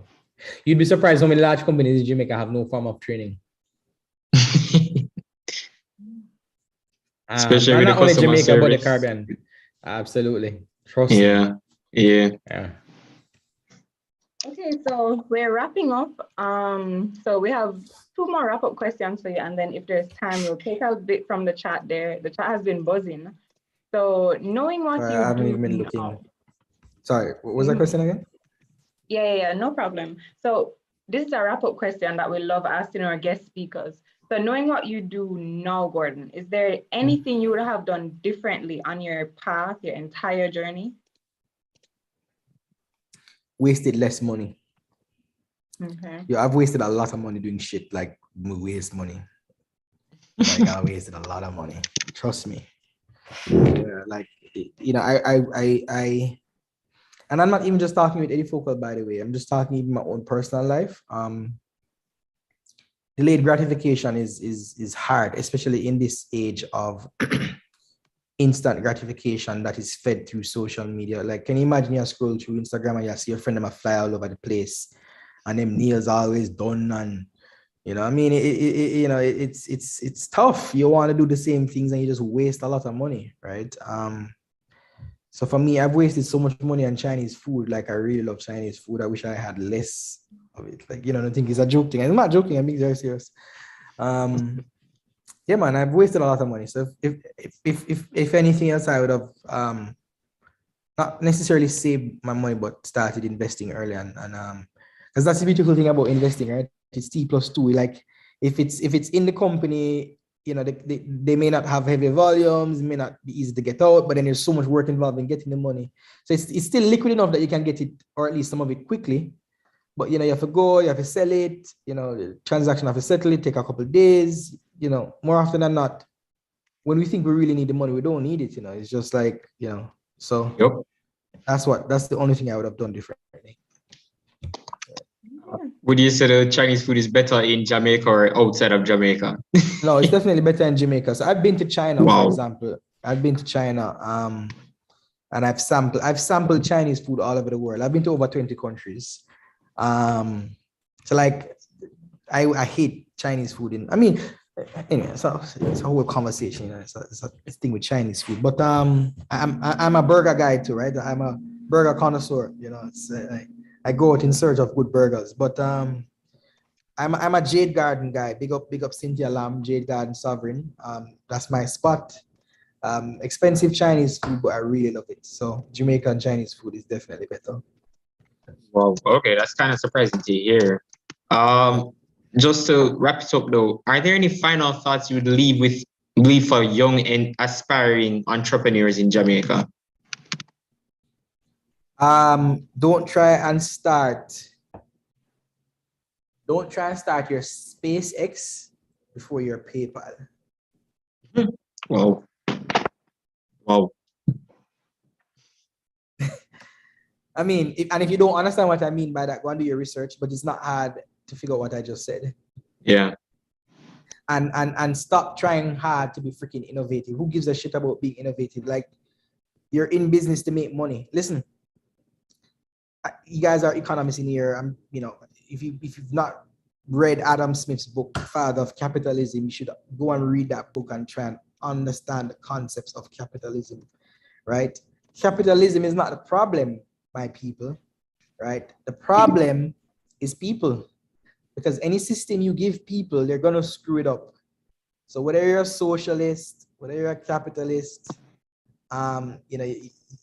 human beings are driven by their own selfish ambition. So yeah, man. Don't like, so many people try, make money, have great margins, make money. Every non-profit is founded by a for-profit that is making money. So I think what many people don't realize is that through building a business, you're helping many people and bringing value and stuff like that, and you employ people. You help people with education regarding to Edufocal. So I think with making a business and using the free market capitalism, it actually helps a lot of people, but many people don't realize. But I don't want to. But think about how much I'm aligned to do well in Edufocal. Think about it this way. Yeah, I have over 230 odd million shares, right? That's valid. That's what, $3.70 times. Like, my incentives are aligned with everybody else, and the market is such a beautiful thing that even if I had selfish interests, selfish ambitions, it is going to be benefiting even the smallest of shareholder, because I want to see the value of those shares go up, right? So, I mean, it's such a beautiful system. Like, even if I was selfish, my selfishness is still benefiting others. So, listen, I love capitalism. That's a whole other conversation, and I know it's I know for woke Gen Z is more woke than the millennial, and I'm a millennial. Not all of us. So we don't love money. People don't love money, but they love what money can do, right? Okay, cool. All right, sounds good. But yeah, that would be my advice. Just focus on making money. Focus on creating value, making money. Nothing wrong with that. Absolutely nothing wrong with making money. Yeah, nothing at all. So Gordon, you've shared so many tips and so much insight with us today, and we really appreciate it. But before we go, we just want to take a few questions from the chat, if you don't mind. So Aliyah Rose asked in the chat, can you tell us about a time where you felt that the challenges you faced outweighed your opportunities? Sorry, I got distracted. Ask that question again. All right, so Aliyah asked, can you tell us about a time where you felt that the challenges you faced outweighed your opportunities? I've never had that experience. Okay. So you see, I have a great sense of conviction, right? So as I said, I've been doing what I've been doing because I've always believed that it could work, and the upsides were always greater than the downsides. Okay. Yeah, and that's how it should be. You definitely have to have confidence and believe in what you're doing. Absolutely. Yeah. Khalil Mitchell asked, how do you manage and grow a team when you're so personally committed to the vision? It's very hard. I mean, I have no management experience. I'm just kind of winging it. I'm learning as I go along, to be honest with you. And that's just the God honest truth. I'm not going to present myself as, listen, we're living in a world where things are changing so quickly. It's foolhardy to say that you're an expert at anything when things are changing so quickly. I humbly present myself as an amateur in all things, and I have a yearning for learning and always just getting as much knowledge as I can. That's how I view it. Yeah. Oh, Matthew Baker has his hand raised. Matthew. Oh yes, hi Gordon. I'm a very happy shareholder of Learn. Are your gains you still have unrealized gains, Matthew, you've just realized some of it. Realized, re-entered, so I have more unrealized. Nice. Congrats, man. Congrats. Thank you. Thank you. Man. I had two quick questions about the CSD acquisition. I totally understand if you can't answer, but just from looking around on the website, it seems like the founder, Didi, she seems to have like a pretty pivotal role in the. Yeah, she does. Oh, I think you dropped off, Matthew. I don't know. Or I'm not hearing you anymore. You guys hearing him? You hearing me? I think he was muted. Matthew? Oh, no, he's not muted. It's not showing the mute sign. I think his mic is still open. Maybe something. Yeah, his happened mic is with the open. We're just not hearing connection. him. I'm gone. Yeah, I guess maybe his Wi-Fi is giving trouble. Meanwhile, does anybody else have any other questions? You can just raise your hand before we wrap up.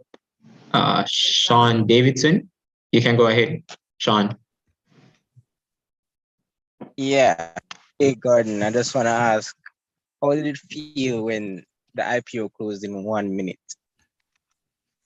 I don't know. That didn't matter. It was bullshit. It was just bullshit optics. Like, if you understand the I mean, look, you're gonna leverage it for marketing reasons, right? But if you understand the market, in it, treat opening day like closing day. You put your money in before. So, and I mean, I was always confident that we were going to be oversubscribed very quickly. So when we closed, I was actually at the offices of Mayberry, and if we didn't close when we did, we'd have probably gotten an additional like $300-400 million on the day. So I told him to lock it off. We lock it off. And because if we didn't, the basis of allotment would be like 1%. I mean, people wouldn't get nothing. So it's cool. I mean, it obviously showed that people believed in the company and had great hopes. But yeah, I mean, it's whatever. Yeah, I don't really care. I was just happy that we got to that stage and we closed and we're going to be listed.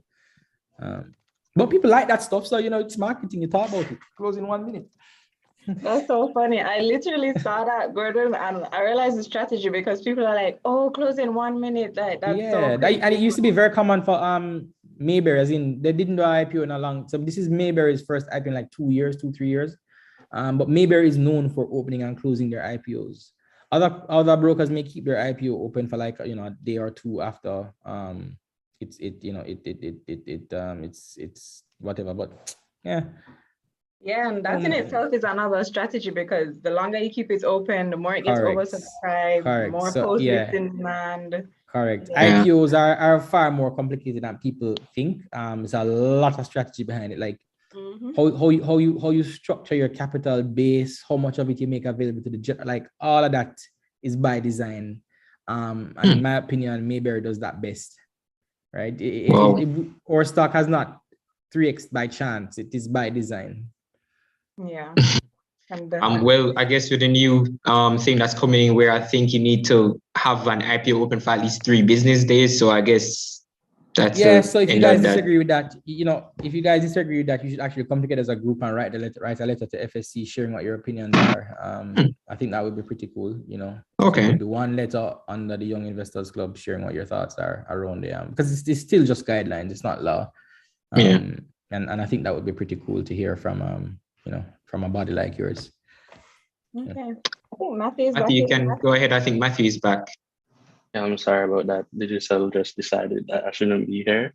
But I think I was saying that Didi, she seems to be a pretty pivotal, part of CSD. So I was wondering if she would be continuing with you guys after the acquisition.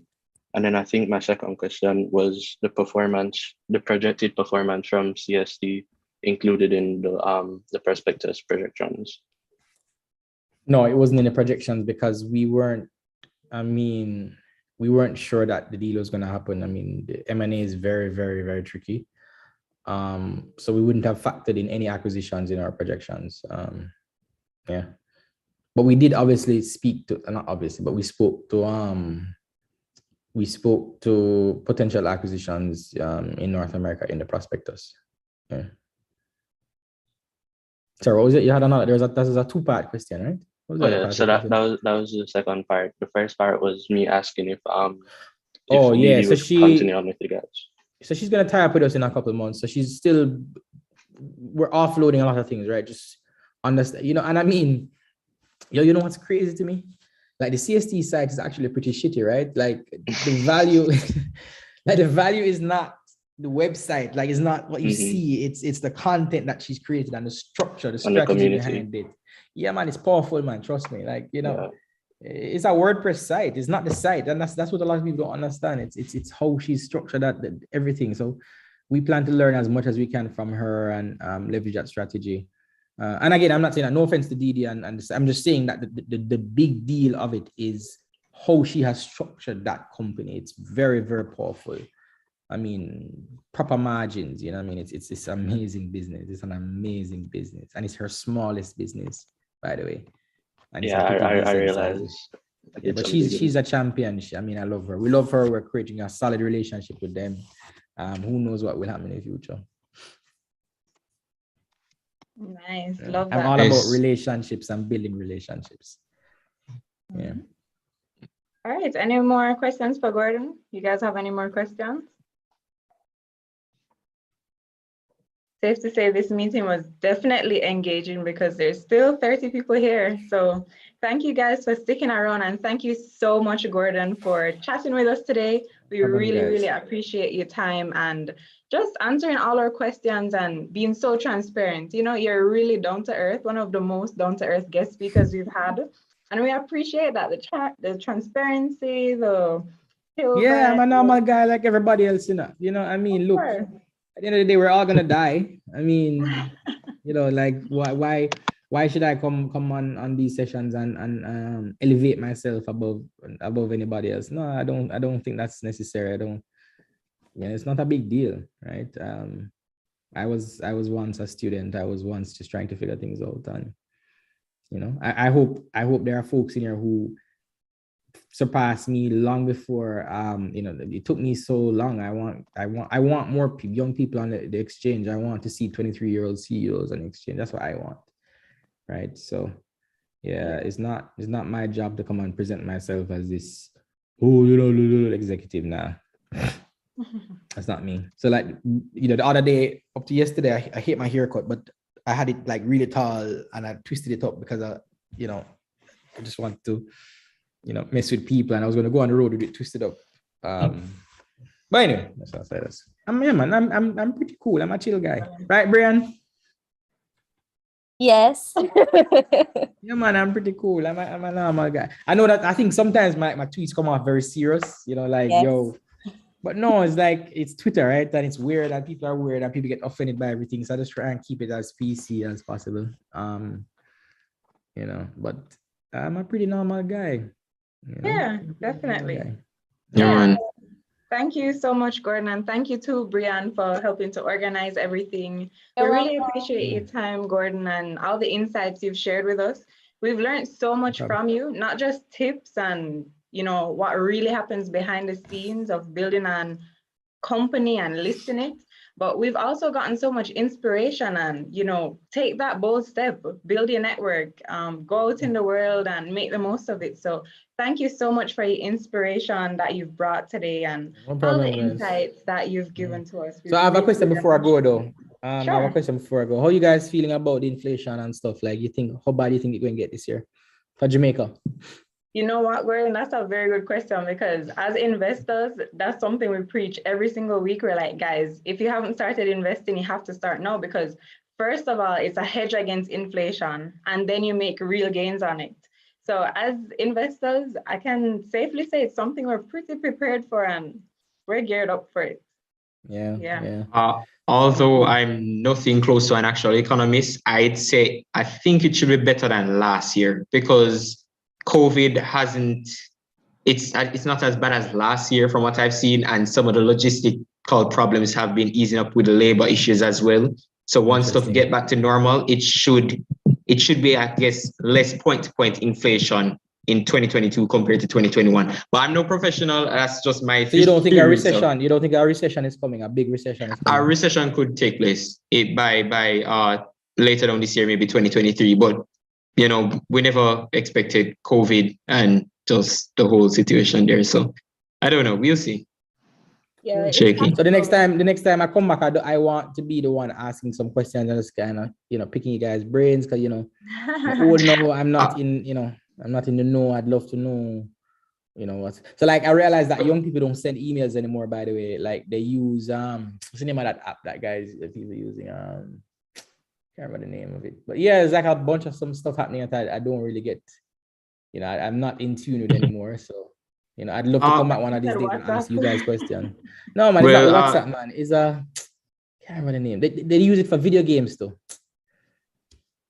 Discord. Oh, Discord? Discord. Discord, yeah. Discord, yeah. Brian got it. Yeah. Discord, well, yeah, we're the semester is kind of wrapping up and we're on our way out, but maybe we could do a Twitter space where anyone could just come on and hear that. So I think that would be a really good idea to do. We can be in communication that way with Brian. Yeah, man. I'd be open to that. But yeah, thank you, Gordon, definitely for coming and definitely dropping some gems, a lot of information, a lot of wisdom, and hopefully we all take it and we actually execute it and, you know, we learn from what you had to go through in the last 10, 12 years. And hopefully we continue to earn with learn. So yeah, I like that one. No, I love that. I'm gonna steal that one. See, you're getting value everywhere, and I listen. But cool, yeah, man. Thanks for having me, guys, and stay safe. Stay safe, and thanks so much, continue making those profits. Yeah, and all the best with everything, and congratulations as well. Congrats. Thank you, guys. Thank you, and thank you for having me. Yeah, no problem. Yeah, man. Thank you so much. All right, cool. Bye. Bye, Gordon. Bye, guys. Bye, Brian. All right, thank you guys so much for sticking to the end of the meeting. Safe to say that was a great meeting, was a successful one. And just a reminder, I'm plugging the link again in case you guys want to sign up for the exec. As Gordon said, take those bold steps, guys. Here's a great opportunity. This is your last chance, by the way, because by next week we'll be introducing the new exec. So Odin said, Victoria, I'm sorry, but every meeting is great. I agree, Odin. I love that. Yeah, every meeting is certainly great. And our next exec will certainly ensure that it is too, because they have a high standard to uphold. So here is your last opportunity to apply. If you guys want to, just click the link, apply to the form, apply through the form, I should say. And yeah, you can get a chance. That's a big move. So thank you guys all for sticking around, and we really appreciate you. The semester is winding down, so see you at next week's meeting. We definitely have some announcements there, the prizes, you know, we have some prizes for some winners. So you don't want to miss that. And good luck. If you guys have any projects, exams, anything, good luck with everything, guys. And just let's keep pushing through the semester. So thank you guys and have a great week. Bye. I think I saw Vaughn Harris here. Vaughn, just make sure that you're here next week. So because he's first place right now. Yeah. All right, bye guys. See you next week.